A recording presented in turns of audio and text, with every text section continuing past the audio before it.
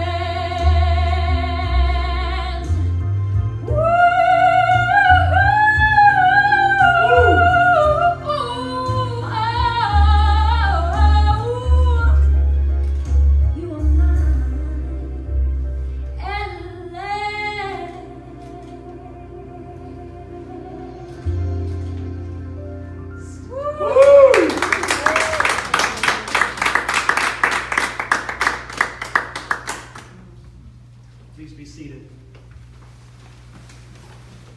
Before we begin, I'd like to make sure everybody has their cell phones turned down all the way and their sound effects on their cameras.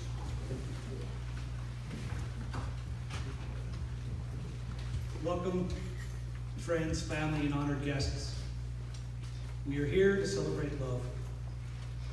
Love organizes our large and somewhat unpredictable world. It is that which enshrines and ennobles our human experience. The greatest gift bestowed upon us is the gift of love, freely given between two people.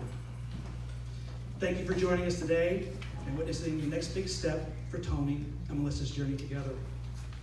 All of you are present today at this beautiful location because you, in one way or another, have been part of their lives.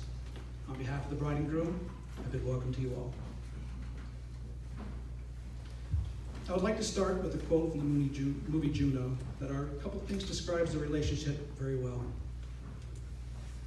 In my opinion, the best thing you can do is find a person who loves you for exactly what you are, Good mood, bad mood, ugly, pretty, handsome, what have you. The right person will still think the sun shines out of your ass. That's the kind of person that's worth sticking with. Tony and Melissa's story starts on a street corner in Lancaster City in 2015.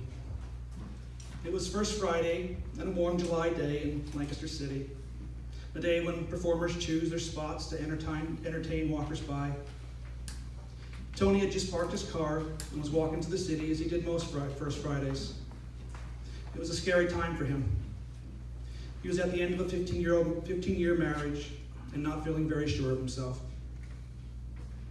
It had been a long time since he was last on his own, so he was pondering the realities of his future. The idea of starting over was daunting. On the drive into the city, Tony had asked himself a question. Was dating something he should start thinking about? He was unsure. After all, he wasn't even through his divorce yet. It wouldn't be prudent to focus on that. It would be prudent to focus on that, but that was a sad thing to think about. The idea of a fresh start was not. Eventually, he came to the conclusion that it was too soon to start looking for someone new. He wanted a committed monogamous relationship, and that took time and a level of focus. It just didn't feel right then. At this time, Tony has been spending a lot of time doing things alone, but he loved being around people, so he would attend open mic nights and check out the local artists around the city, enjoying the feeling of community. It was while in this mindset, walking through Lancaster on First Friday, that he heard a beautiful voice masterfully handling a Red Hot Chili Peppers song. As Tony was nearing the corner of Queen and Orange and saw a good-sized crowd around the girl singing to a microphone, the one with the great voice, and a guy on a guitar. It was then that he also spied an attractive woman sitting on the steps of the building. He didn't know it then, but after this moment, his life would never be the same. Melissa was sitting on the steps of the Wells Fargo building on the corner of Queen and Orange. Her daughter, Sarah, was singing with Sarah's boyfriend, Lane, playing the guitar, and she was lost in the music. Melissa's eyes were closed as she sang along and swayed to the rhythm. She usually doesn't pay much attention to the people who gather, but when her eyelids lifted, she noticed the man standing on the sidewalk, also listening. Melissa didn't think much of it as the music swept her back into its embrace. Tony had watched Melissa moving with the music as if she was an audience of one. Who was this woman? She projected a coolness that just made him want to talk to her. Wait, what was he doing? He had just decided that he wasn't going to try to date for a while. Why was he still walking over and climbing the steps? Before he knew it, he was sitting just a few feet away from her. But now that he was here, what should he say? Now, people who know Tony know that he is rarely at a loss for words. He will talk with just about anyone at any time. He considers his ability his Jedi power. But he suddenly found himself nervous, and the words seemed to stick in his throat. Eventually, he worked up the nerve to speak. These kids are great. Unknowingly, he had said the perfect thing. Melissa smiled and answered, "That's my baby." Complimenting Sarah's singing is a fast track to Melissa's good graces. After that, the words just seemed to pour out of Tony. As I said, he loves to talk, but this woman had an effect on him that loosened his lips even more. So much so that, although she was greatly enjoying her conversation with him, Melissa had to shush him a few times to be able to hear her daughter sing. Tony was unaware, but Melissa was feeling something special as they spoke, something she hadn't felt in a long time. Melissa had been alone for 13 years at this point and had built up thick walls around her heart. Men tended to baffle and frighten her, and she had been hurt in the past by those who had judged her as being less than who she was. So, she had built up these walls. And here comes this kind and funny guy, walking right through the walls as if they weren't even there. For Melissa, this wasn't simply meeting someone new. It was a shockingly unexpected event in her life. They talked for hours. Right from the start, she felt at ease, safe. She found out that Tony liked sci-fi and baking and many other things about him. When she discovered he was an Italian-American from New York, well, she put 2 more checks in the plus column. While talking, Tony said that he came to First Friday all the time, but never seemed to run into anybody new. He wished that sometimes someone would just come up to say to him, "Hey Tony, how you doing?" With the performance coming to a close, Tony didn't want to overstay his welcome, so he asked Melissa if she comes to First Fridays often. When she replied that she came whenever her daughter performed, he said, "Good, maybe I'll see you next month." Then they said their goodbyes, and Tony left. Melissa wondered if she would actually see him again in August. After all, no numbers were exchanged, and she was nowhere to be found on social media. But August finally arrived, and it was First Friday again. Tony had been waiting impatiently for this day to come. He drove into the city early, but no one was on the corner of Queen and Orange yet, so he went to the Rabbit and Dragonfly for a cup of coffee. Tony sat with a friend, telling her about the woman he hoped to meet again. He said he felt like a stalker. She told him, "Yep, that's what a stalker would do." Oh, great. As he walked down Queen Street a little later, he knew that his friend would just be joking with him, but he couldn't help but feel that he had the word stalker above him in neon lights.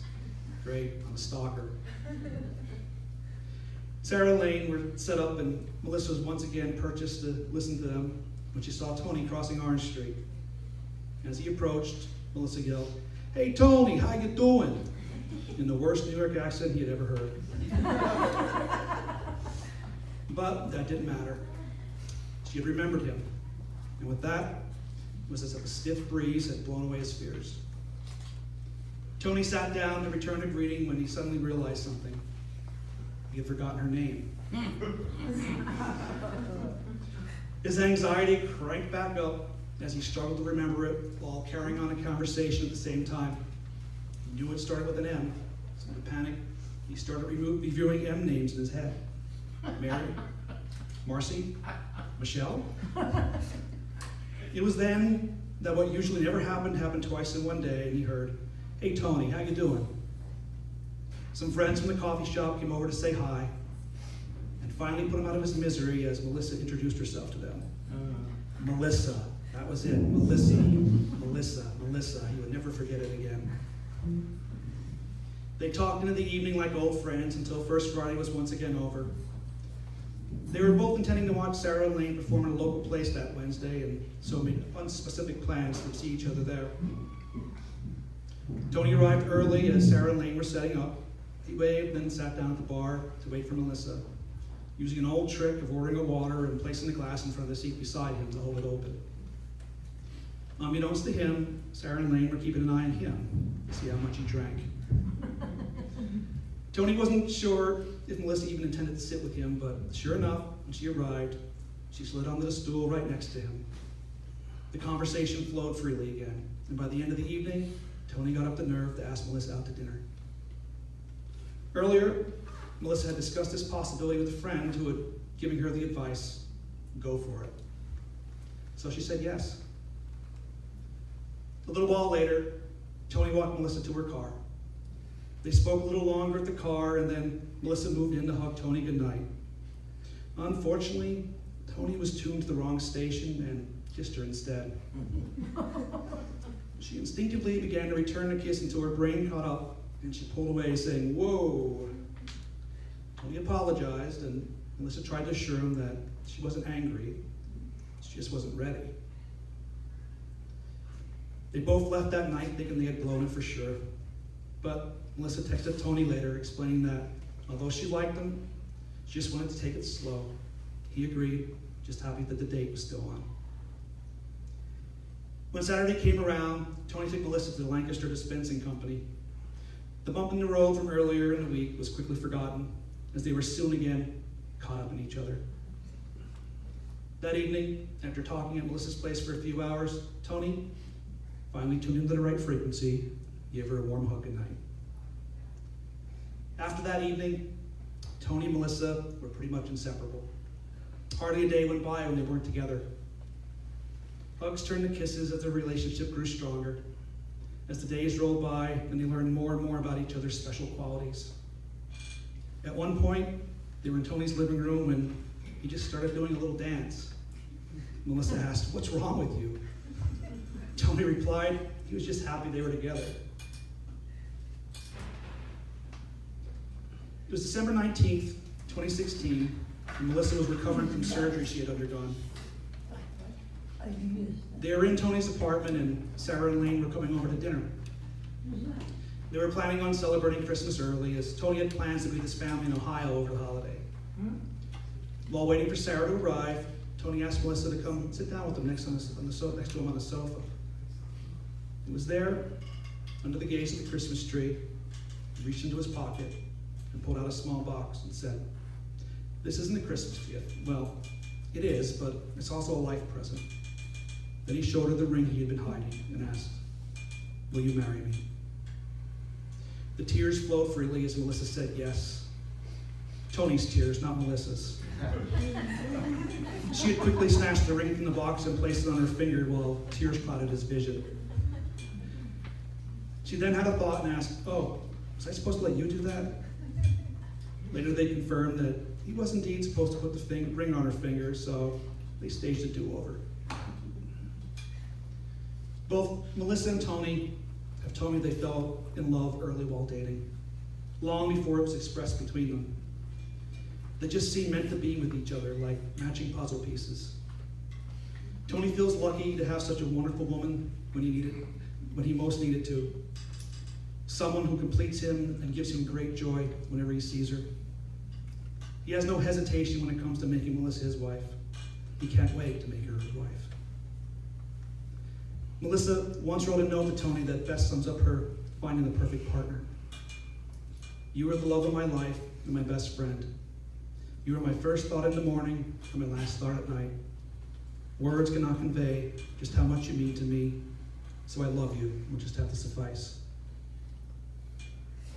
And so, this brings us to today, where we lucky few have gathered to share in their joy and witness their love for each other and become part of the next chapter in the story of Tony and Melissa. Now I'd like to share a reading with you by an unknown author titled, "All I Want." All I want is to love you for the rest of my life. To wake up every morning with you by my side, knowing that no matter what happens, I'll be able to come home to your loving arms. All I want is to share everything with you, to talk to you about our ideas, our dreams, the little everyday things that make us laugh, and the not so little things that we can't help worrying about. All I want is to give you my love as a place you can always come to for acceptance, or the simple comfort that silence brings, when things left unspoken can still be understood. All I want is to grow old with you, to watch our life unfold, our dreams one by one come true. All I want is to love you forever. During ancient times, agreements and promises were sealed by a salt covenant. Each person would take a pinch of salt from their pouch and place it in the pouch of the other. This agreement could not be broken unless an individual retrieved their own individual grains of salt. Salt has long been known as a preservative and purifier that prevents decay and corruption. It is eternal, enduring, and abiding forever. It is the very symbol of character and reliability. Entering into a covenant of salt means binding oneself to another in utmost loyalty and truthfulness. A salt covenant cannot be broken unless each party can retrieve their own individual grains. And since this is not possible, it is a symbol of unbreakable contract and a vow of eternal love. Before each of you is a container of salt, which represents your individuality. By blending your salt, you enter into a covenant that symbolizes your acceptance of this marriage and your vows to each other. Once blended, you must honor that vow throughout your life, and only if you can retrieve your own grains of salt can you ever break the covenant. Please blend your salt.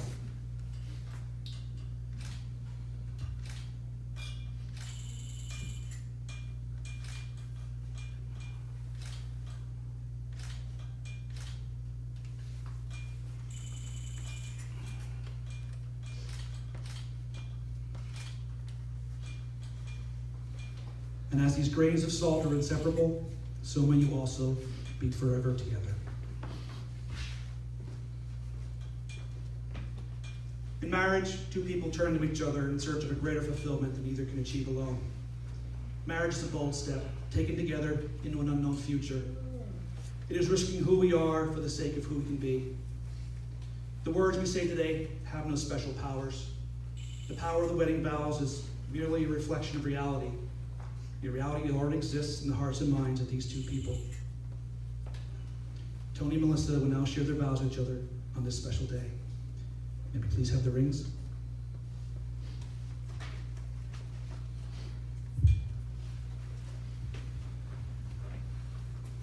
Please join your left hands.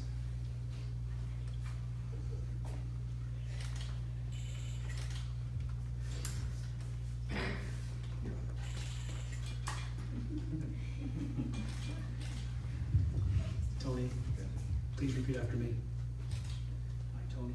I, Tony, take you, Melissa, To be my lawful wedded wife, to be my lovely wedded wife, to have and to hold, to have and to hold, from this day forward, from this day forward, for better and for better and for worse, for richer, for richer, for poorer, in sickness and health, in sickness and in health, to love and to cherish, to love and to cherish, keeping myself only unto you, keeping myself only unto you, now and forever. now and forever. Please place the ring on Melissa's finger.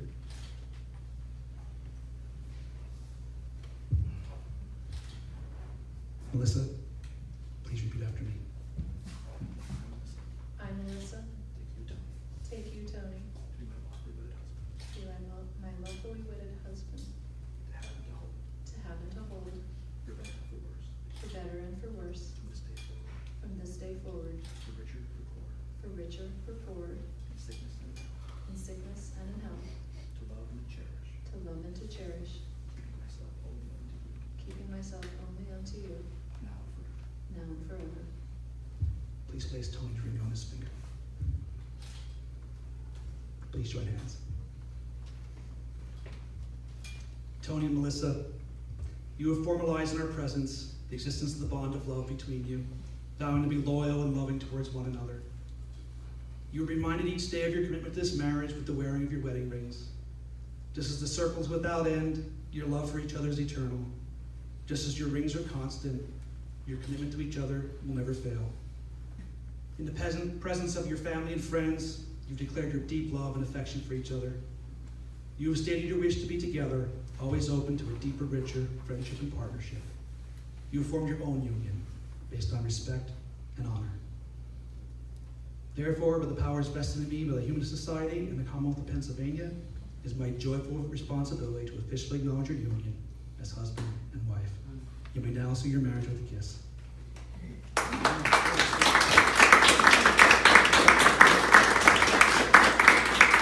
Ladies and gentlemen, it's my privilege to present you for the very first time, Mr. and Mrs. Tony and Melissa Mastrangello.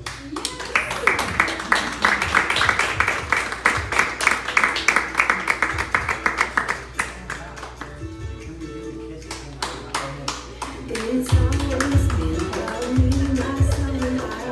Our relationships are nothing but a waste of time. I never wanted to be anybody's other half. I was happy seeing I don't like it when you passed. That was the only way I knew to love you. You make me wanna say I do, Thank you, ladies and gentlemen. You are invited over to the cocktail lounge in the room where they preset this